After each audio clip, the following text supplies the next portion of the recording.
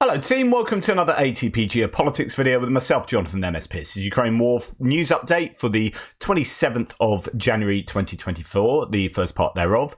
We'll go to where we normally start, Ukrainian General Staff figures for the Russian losses for the day before. All the caveats apply. You can find them in the description to the video below. Sorry, this video is a little bit late. Real life got in the way, son had to play football, all that kind of stuff. So what do we have? 770 personnel lost. That is a drop down from what we have seen. Still significant, obviously. 6 tanks, 15 APVs and 3 artillery systems. So really dropping down across those categories, all of them posting lower figures than we have seen for the last week. And that could be a result of a lack of activity, which itself could be a result of weather conditions worsening in key areas of the front line. I don't know, but certainly the numbers are not as high as we've seen. 8 vehicles and fuel tanks is very low for that category, although interestingly 8 pieces of special equipment is a fairly high number there, but that can just be a particular day for excavators getting hit, or I don't know, surveillance or comms equipment. So, definitely lower than we have seen. If we go to Andrew Perpetua's list, though, you can see it's pretty substantial, although the Ukrainians have lost a fair amount themselves as well. So that's about 2.5 to 1 ratio, maybe, of Russian to Ukrainian losses. A lot of Russian losses there probably being a result of footage coming out of what's happened over the last couple of days, where we've had really high losses, really significant, and in fact, quite a lot of destroyed equipment there too. But you can see here, it says old but mapped. Quite often he doesn't add old stuff as well, although here he's actually added it but flagged it, so that's worth paying attention to, because these essentially wouldn't have been happening in the last 24 hours. But it's difficult to know exactly, how old they are often. Right, when we go to look at the Ukrainian stuff, mainly damaged, it's worth noting. When we look at the Caesar, there's a Caesar added there. We know that wasn't actually really badly damaged at all. There's a Lancet that he's put there, Lancet missed. I think that's not as bad as one might think, because Caesars are, of course, very expensive, decent bits of kit. M777, M109 artillery, and then some T-64 BV tanks. And some BMP-1s, as well as some Kamaz trucks and what do we have? Civilian vehicles, SUVs, and whatnot there. Okay, so then when we come and look at the Russian losses, we've got a couple of bits of surveillance equipment, a TOS-1 thermobaric launcher there that has been destroyed. That would be good news for the Ukrainians. Horrible bit of kit. Few tanks of a variety of tanks there, T-80, T-72, T-64, BMP-3, 2s and 1s, a lot of 1s, but that's possibly because they are older ones, and MTLBs as well, these armoured personnel carriers that the Russians use, a number of those, as well as trucks and civilian vehicles. So it's difficult to say. I guess if you take out the older mapped stuff, then actually it's approaching better for the Russians there, probably only a 1.5 to 1 ratio or something like that. So that will affect things.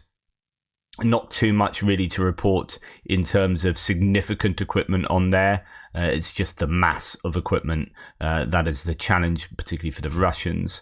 Anton Gerashchenko here saying that Putin again reported the participation of about 600,000 Russian occupiers in the war.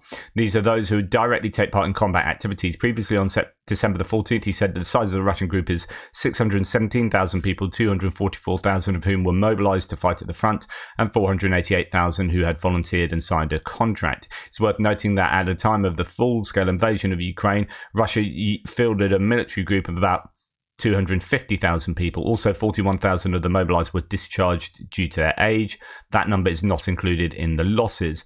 If from the current 617,000 members of the Russian army in Ukraine, we deduct all of the above mentioned numbers of soldiers involved and add 41,000 to those who were sent back to Russia due to age, we get 322,000 in irrecoverable losses for Russia in its war with Ukraine as of December 2023. This data corresponds to the recent report from the Ukrainian Armed Forces General Staff that indicates that Russian losses in manpower is at 380,000 soldiers. In other words, just judging by what Putin himself has claimed and knowing what we know about the different numbers of troops in different categories there, it looks like the Russians have lost a significant number of troops, and that fits in line with what many Ukrainian sources say as well. Irrecoverable losses, though, depends what that means. Is that dead? Is that severely wounded? Where's the cutoff point?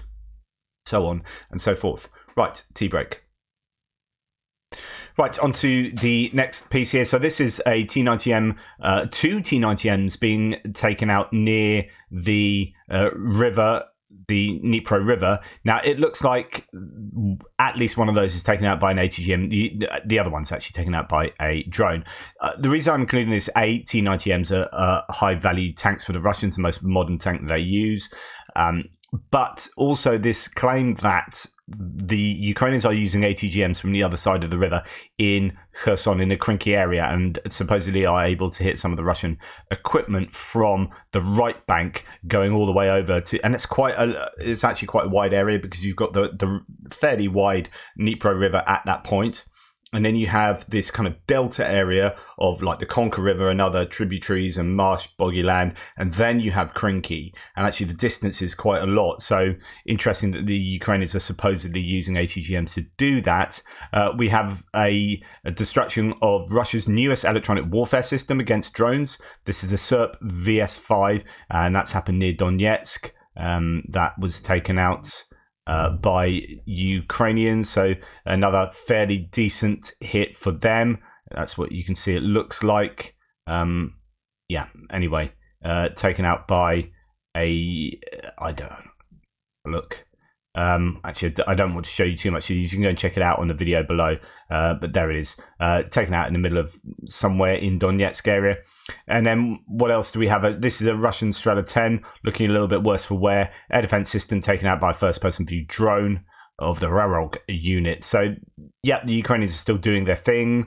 Russians are obviously doing their own versions of that and hitting the Ukrainians with their own FPV drones and whatnot. So, as long as I keep saying, as long as the ratios are favourable to the Ukrainians, then this war of attrition will work in Ukraine's favour, and at some point Russia are going to come to a little bit of a challenging moment, a tipping point, one hopes, where they just can't. I mean, Andrew Perpetual is talking about this in his previous live stream, or one of his live streams the other night, not last night's one, but talking about how he gives them sort of 8 months or so, I think it was, where they're just going to not have the equipment to be able to continue in the way that they are now.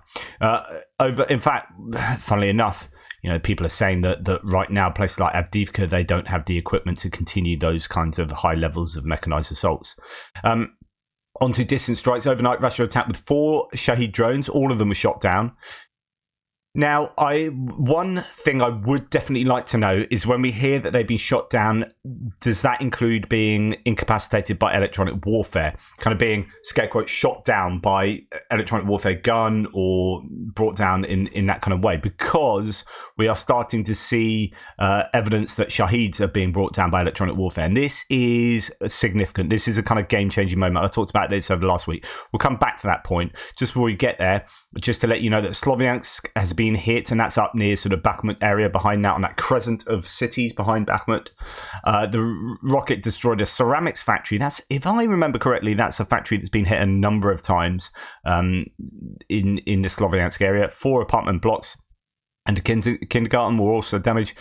No one was injured, is the claim. So here we have a lot of residential areas still getting hit by the Russians. It doesn't look like that any of that imagery refers to the ceramics factory, the one that I have seen being hit in Sloviansk previously, but nonetheless, that's some imagery coming out of there. Sevastopol has been hit this morning. Smoke is seen over the biggest city on Crimea. Russia's installed governor Razhozhev Claimed military training with grenade launchers was the reason. At the same time, 2 NATO recon aircraft were circling.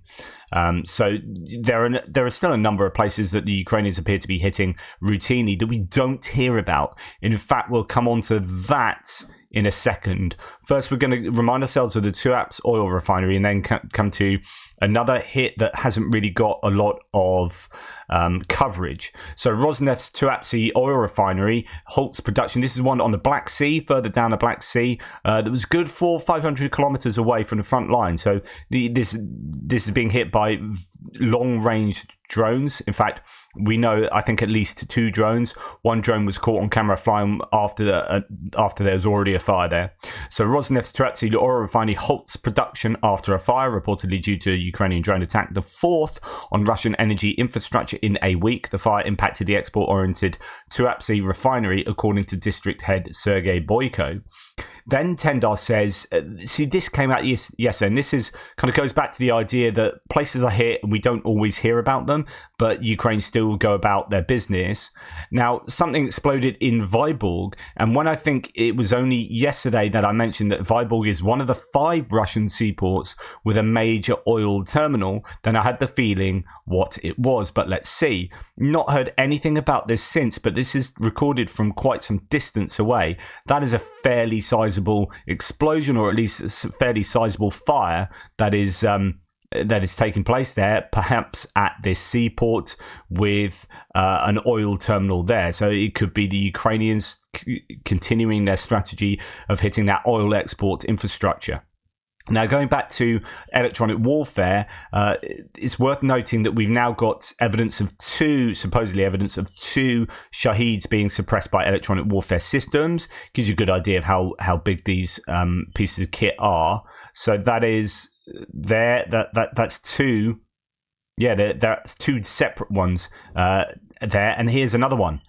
So perhaps that's 3 separate Shaheeds that have been taken out by electronic warfare, just falling to the ground, not exploding.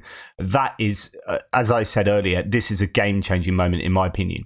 So if you can successfully render these Shaheeds impotent by electronic warfare, I'm fairly sure that is a cheap and sustainable way. Not cheaper up front, but you don't need to keep expending missiles to do this. Now, as long as that technology isn't outpaced by counter measures that are put on the drones themselves, then this remains, something that's probably a fairly good return on investment compared to expending like $1 million missiles a pop at taking things like Shaheeds down. And then, this is going back to that Vyborg one, a mystery explosion in northern Leningrad region of Russia. Smoke is rising in Vyborg, not far from the border of Finland. That's from Tim White. Right, now on to other bits and pieces. So Ukrainian Coordination Headquarters for the Treatment of Prisoners of War confirms that 65 Ukrainian defenders from a list published by Russian media were indeed scheduled to be returned to Ukraine as part of the planned exchange on January 24th.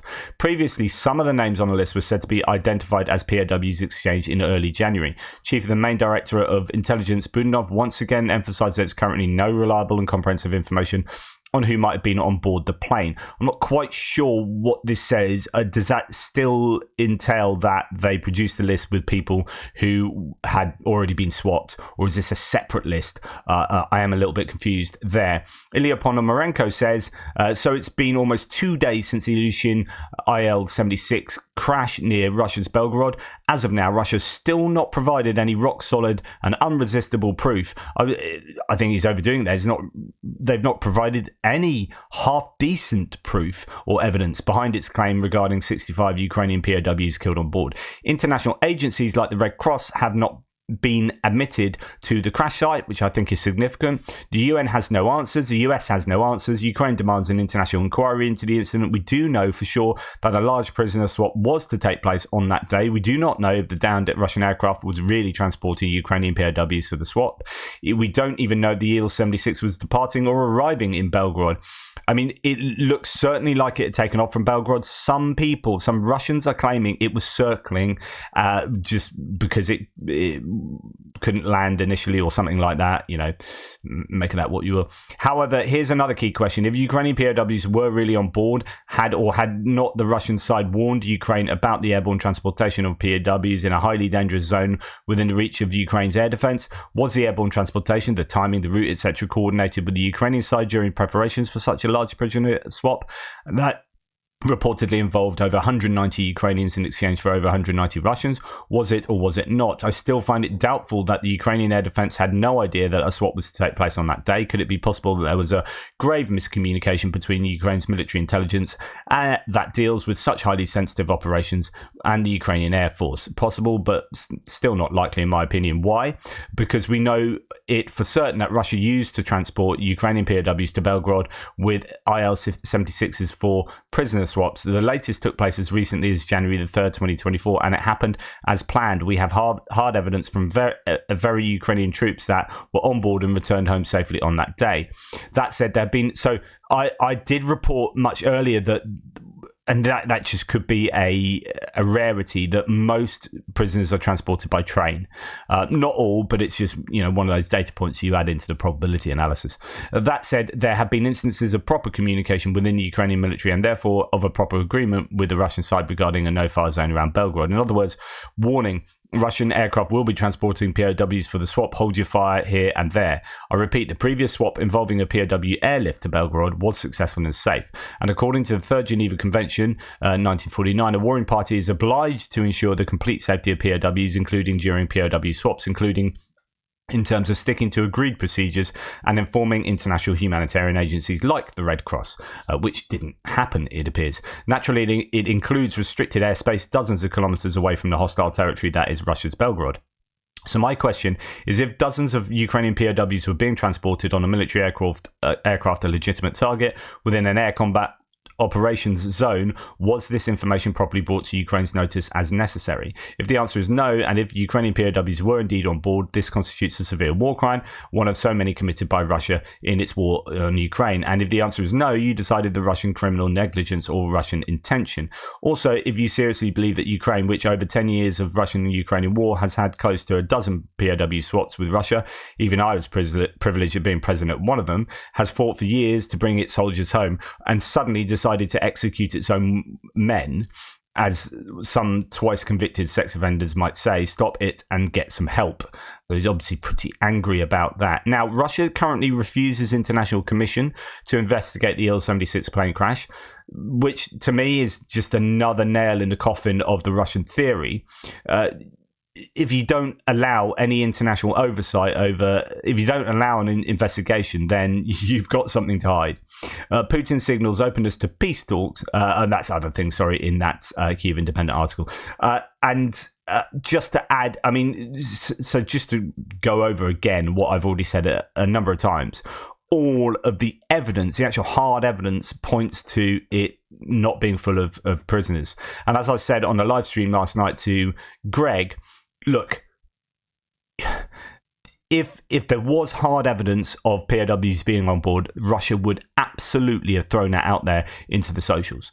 We haven't seen that. We haven't seen tons and tons of dead bodies. In fact, there's a report of only 5 dead bodies in the Belgrade morgue, which fits in with the Ukrainian point of view. So we haven't seen hard evidence where we would expect it, which itself is disconfirming evidence of the Russian claim. Now, talking about prisoners of war, disturbing reports of another outrageous war crime committed by Russia's troops in the occupied Ukraine. Deep State reports the execution of 6 more POWs earlier this month. 8 had surrendered, 6 were shot in cold blood, and only 2 taken captive.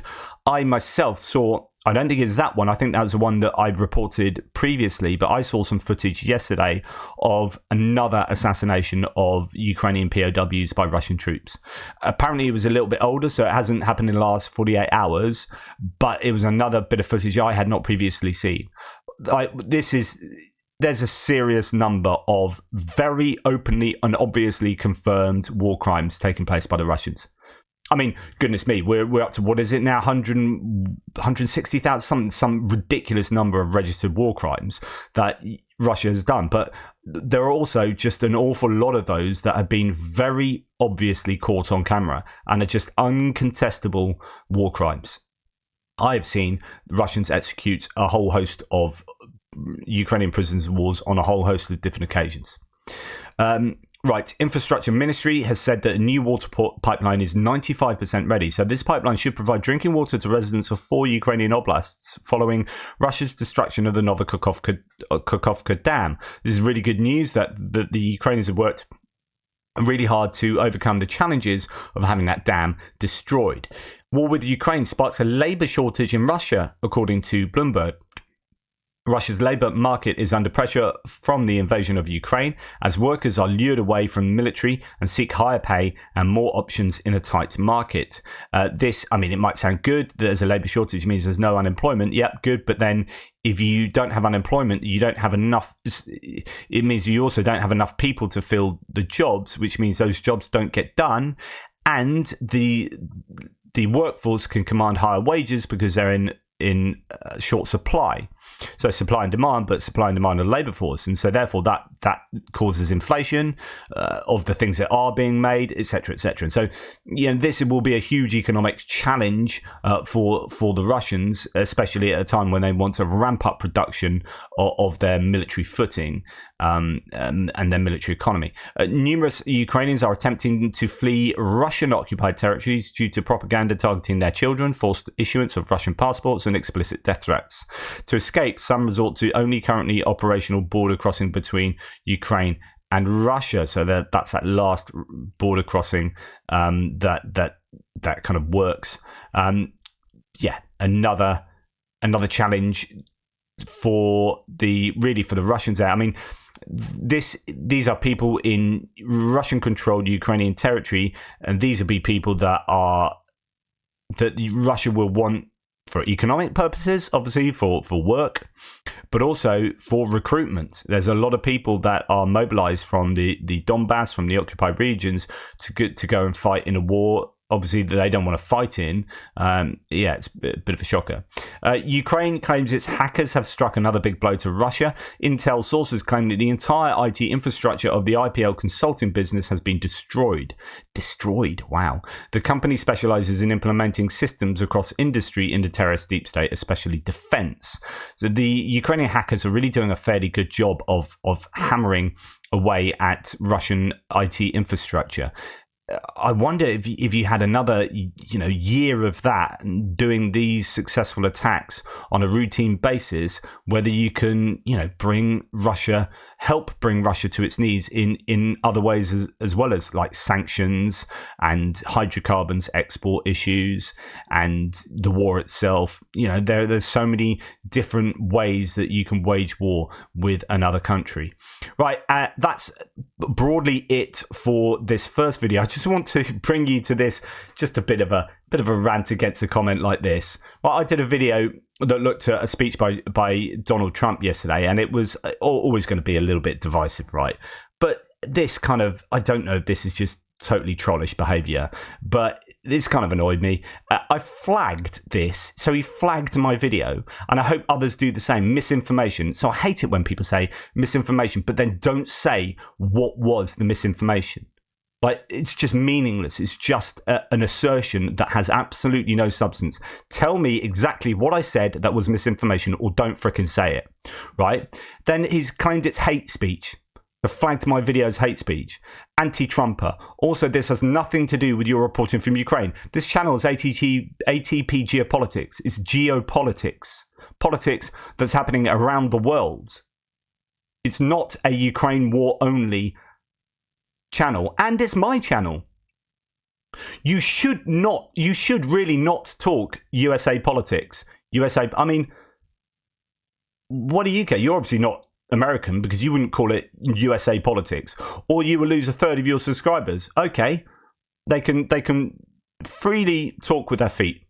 That's fine, but don't try and dictate to me what I say on my channel.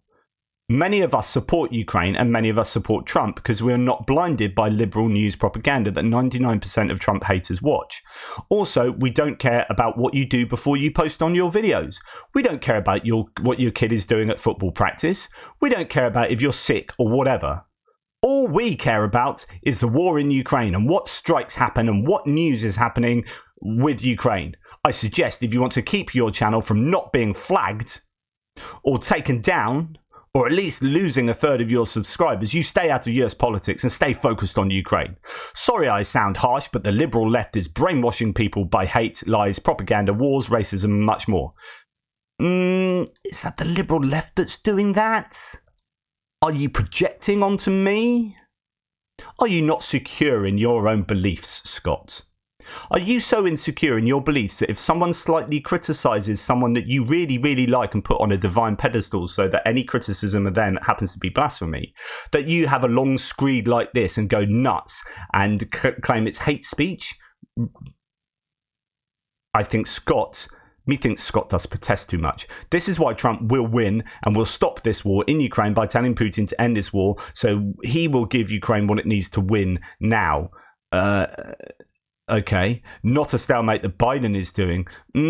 Biden would have given $61 billion worth of equipment to Ukraine had that not been stopped in Congress. By who? Oh, MAGA Trump supporters who have overtly put a kibosh on US aid to Ukraine. Don't come. I'm done with my rant. I'm not done with it, mate. I'm not done with it. This is my channel. Don't come and tell me what I can say. I will say what I want, and I do take on board criticisms, of course I do. But this ain't criticism. This is someone that's butthurt by one of their idols being criticised, and you've got to be better than that. You've got to have more nuance than that. If you can't accept, if you inoculate yourself from hearing criticism of other people, you live in your own information bubble that will never ever be challenged, and it means you can never change your mind. You will never change your mind. And if you're saying up front, I will never change my mind, you are epistemologically defunct as far as I'm concerned. That's the study of knowledge and truth. It means that you are not really trying to aspire to having greater knowledge and truth about reality. You want your idea of reality and you would just want to keep it. We need to listen to the other side. So if I'm presenting the other side to you, don't shut me down. Take it on board. And if I want to talk about, it's like saying, hey, when you go to work, you're never allowed to talk about anything but your own company that you work for. If you're a McDonald's worker and you go into a McDonald's restaurant, you can't mention anything about anything else outside of McDonald's for that entire day, for the entire every minute that you work at that company. This is my channel, right? And I've developed. I can tell you about Lynn and Arizona and how she listened to F-16s fly overhead. And even though it's been foggy recently, she's still hearing it. So that tells me, something about. Actually, interestingly, about Ukraine, but also something about her own personal life and how, she's not too well at the moment, so on and so forth. We have a community here where we get to know each other, right? And I'm building that community. And sometimes I will be giving you a little bit about my own self and my own life. That is my prerogative, because you know what? This is my channel. And if you want to go and listen to a robot talk about news for Ukraine 100% of the time and not spill anything else out about anything in the world, then go to, I don't know, ukrainewarnews.com and go for it. Or do you know what? Make your own channel. But this is mine. Rant over. Take care, everyone. Doodle pips.